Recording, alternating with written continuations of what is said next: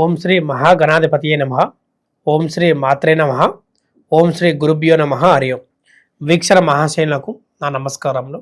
ఇప్పుడు రాశి చక్రంలో చివరి రాశి అయిన 12వ రాశి మీనరాశి గురించి తెలుసుకునే ప్రయత్నం చేద్దాం. మీనరాశి అనగా పూర్వభాద్ర 4వ పాదం, ఉత్తరభాద్ర 1, 2, 3, 4 పాదములు, రేవతి 1, 2, 3, 4 పాదములు కలిస్తే మీనరాశి అవుతుంది. ఈ రాశి యొక్క అధిపతి చూడగలిగితే గురుగ్రహం. వీరి యొక్క తత్వం జలతత్వం మరియు దిస్వాభ లక్షణాలు కలిగి ఉన్న రాశి. వీరి యొక్క సౌందర్యం ఎక్కువ, చూడగానే ఇతరులని అట్రాక్ట్ చేసే గుణం అనేది వీరిలో కనబడుతున్నది. చాలా అందంగా, ముఖ చిత్రాలు కూడా చాలా అన్యోన్యంగా వీరు అనేది కనబడుతూ ఉన్నది. ఎవరినైనా మెస్మరైజ్ చేసి వాళ్ళని ఆకట్టుకునే తనం వీరిలో ఎక్కువగా కనబడుతున్నది. అలాగే మనసుకు సంబంధించిన భావోద్వేగాలు వీరిలో చాలా సున్నితంగా ఉంటాయి. మనం కోప్పడి ఏదైనా ఒక విషయం అన్నా సరే, వారిని ద్వేషించుకున్నా సరే ఓర్చుకోలేరు. వెంటనే ఆ ఒక బాధని బయట పెట్టే విషయంలో వీరు కనబడుతూ ఉంటారు. వీరు చేసే ప్రయాణాలలో ఆకస్మిక ప్రయాణాలు కనబడుతున్నాయి. ఉద్యోగం, వ్యాపారం, దేవ ఆరాధనలు చేయడం, ప్రయాణాల్లో సానుకూలతను చెప్పగలవచ్చు. ఆ విధంగా కాకుండా స్నేహితులతో జలసాగా వీరికి వచ్చిన శాలరీ డబ్బు పరంగా వీరు విహారయాత్రకి వెళ్ళటం వంటిది చేస్తూ ఉంటారు. వాటిని వెళ్ళటం కూడా వీళ్ళకి కొంచెం లాభదాయకంగా కాదు అని చెప్పగలవచ్చు.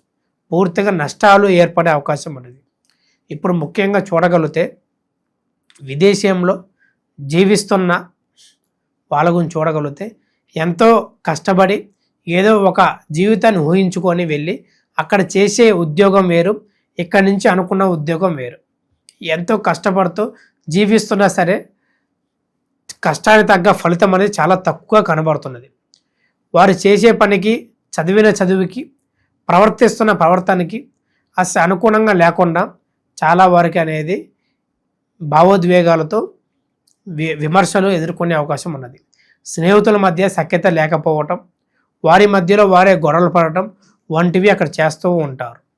చేస్తూ కూడా వారు సంపాదించినవి కూడా చేతికి మిగలకుండా ఇంటికి పంపించలేక, లోన్లు కట్టలేక చాలా విధాలుగా ఇబ్బందికరంగా కనబడుతున్నది.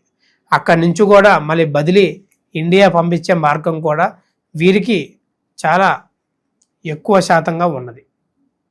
వాటి జాగ్రత్త పడటం, డబ్బు ఆదా చేయటం, మన కుటుంబం ఒక దృష్టిలో ఉంచుకొని ముందుకు సాగించడం వంటివి చేస్తూ ఉండాలి. మరియు వీరికి అనేది మనశ్శాంతి అనేది చాలా కోల్పోతూ ఉంటారు. రోజు రోజుకి అనేది వీరు ఉన్న లక్ష్యాలని, వీళ్ళకు ఉన్న గోల్ని నిరాశ చెందుతూ చాలా తక్కువగా వీరే ఊహించుకొని మనం చేయలేము, మన వల్ల కాదు అని నిరాశ చెందుతూ వెనకబడి ఉంటూ ఉంటారు. ఆ విధంగా కాకుండా మనం చేయగలుగుతాం, మన మాట తీరు ఒకటి, మనం చేసేది ఒకటి కాకుండా మన లక్ష్యం ఇది అని ముందుకు సాగడం చేయగలిగితే అసాధ్యం అంటూ ఏది లేకుండా ప్రతి ఒక్కటి సాధించగలుగుతారు. మరియు లక్ష్మీ కటాక్షంలో ఇబ్బందులు ఏర్పడే అవకాశం ఉన్నది. ఎప్పటి నుంచో బాధిస్తున్న బాధలు ఈ యొక్క డబ్బు పరంగా వీరికి వెరితిలో వచ్చే అవకాశం ఉన్నది. వీరు తీసుకున్న అప్పులకి వడ్డీలు అయ్యి వీరు తీర్చలేక రోడ్డు మీద పడి అధోగతిలో అయ్యే అవకాశం ఉన్నది. వీరిని చూసి జాలిపడే వాళ్ళు తప్ప కోపపడే వాళ్ళు కూడా ఎక్కువగా ఉంటారు. ఎందుకంటే తీసుకున్నది తీర్చడానికి కొన్ని అనుకోని సమయం దెబ్బ మీద దెబ్బ, సమస్య మీద సమస్య రావడం వల్ల వీళ్ళనేది కొంత డబ్బు పరంగా తీర్చలేక దాన్ని అనేది విమర్శలు చేసుకోవడం వంటిది చేసుకుంటూ ఉంటారు. అట్లా చేయకుండా అన్యోన్యంగా కలిసి ఉండటం వంటిది, అప్పులు తీర్చుకోవడం వంటిది చేస్తూ కుటుంబం మొత్తం ఒక మాట మీద, ఒక డబ్బు ఖర్చు మీద ప్రణాళికలతో 1-2 సార్లు ఖర్చు పెట్టడం వంటివి చేయగలిగితే అన్ని విధాలుగా మంచి జరుగుతుందని చెప్పుకోవచ్చు. మరియు కోర్టు సమస్యలు, ఎప్పటి నుంచో వేధిస్తున్న సమస్యలు కూడా ఒక కొలిక్కి వచ్చే అవకాశం ఉన్నది. కానీ ఎంతో ఖర్చు పెట్టిన డబ్బు కూడా చివరికి వచ్చేసరికి వృధా ఖర్చు అని తెలుసుకుంటారు, తెలుసుకొని బాధపడతారు.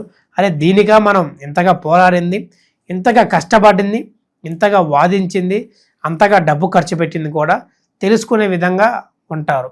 ఎవరో చెప్పిన మాటలకి మీరు ఉద్రేకితులయ్యి వారి మీద కేసులు పెట్టేసి ఆ నానానపేలాగా ఇబ్బందులు పడిపోయి కనబడ్డది. కానీ ఇప్పుడు ఎవరు మనవాళ్ళు ఎవరు మన వాళ్ళు కాదు అని తెలుసుకొని ఇప్పటి నుంచైనా ముందు జాగ్రత్త తీసుకోవటం వెళ్ళటం వంటి చేస్తూ ఉండాలి. విద్యార్థులు చూడగలిగితే అన్ని విధాలుగా సమకూలితేనే చెప్పుకోవచ్చు. విద్యపరంగా వీరు అన్ని విధాలుగా జీవించగలుగుతారు, చదవగలుగుతారు. అదేవిధంగా పరీక్షల్లో మంచి ర్యాంకులు పొందే అవకాశం ఉన్నది. ఈ యొక్క విద్యారంగంలో పనిచేసే టీచర్లు కానీ ప్రిన్సిపల్ కానీ ఇది ఒక మంచి సమయం చెప్పుకోవచ్చు. మిమ్మల్ని ఎప్పటి నుంచో విమర్శిస్తున్న వాళ్ళు కూడా ఇప్పుడు పలానా గురువు మన మంచిగా చెబుతున్నారు, వారి వల్లే మనం ఈ స్థాయిలో ఉన్నాం అనే విద్యార్థులు కూడా తల్లిదండ్రులు కూడా తెలుసుకొని వాళ్ళని ప్రశంసిస్తూ ఉంటారు, వాళ్ళని పొగుడుతూ ఉంటారు. నిరుద్యోగులు ఎవరైతే ఉన్నారో వాళ్ళు కొంత ఊపిరి పీల్చుకునే సమయం అని చెప్పుకొని వాళ్ళకి మంచి అవకాశం లభించే అవకాశం ఉన్నది. ఆకస్మిక ధన ప్రాప్తి కూడా వీరికి ఈ నెల అంతా సాగి వీరు అద్భుతంగా రాణిస్తారని చెప్పుకోవచ్చు. ధనపరమైన విషయంలో ఏదైనా తాత ముత్తాతల ఆస్తులు కానీ వాటి స్థలాలు ఆకస్మికంగా రేట్లు పెరగడం కానీ ఎప్పుడో పెట్టిన పెట్టుబడులు అది వదిలేసి అది పెరగదలే అనుకున్న వాళ్ళు కూడా ఈ యొక్క సమయంలో పెరగడం వంటిది అద్భుతాల వంటిది చూస్తూ వాటికి నడుస్తూ ప్రాణలేఖలు చేస్తూ ఉంటారు. చేస్తూ కూడా అద్భుతంగా రాణిస్తూ వ్యాపారంలో కానీ ఉద్యోగంలో కానీ సాగుతూ ఉంటారు. మరియు భార్యాభర్తల మధ్యలో చిన్న చిన్న విభేదాలు గొడవలు వచ్చే అవకాశం ఉన్నది. వీళ్ళిద్దరి మధ్యలో మూడో వ్యక్తి ప్రవేశం ద్వారాగా వీరికి అనేది గొడవలు ఏర్పడే అవకాశాలు ఉన్నది.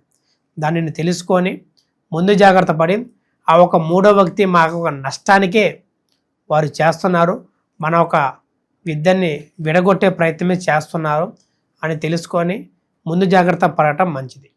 మరియు దీనివల్ల పిల్లల మైండ్ సెట్ కూడా తల్లిదండ్రులు గొడవ పడుతుంటే పిల్లలు కూడా ఏమి చేయని దిక్కుచేతి పరిస్థితిలో ఉండటం వంటివి చేస్తుంటారు.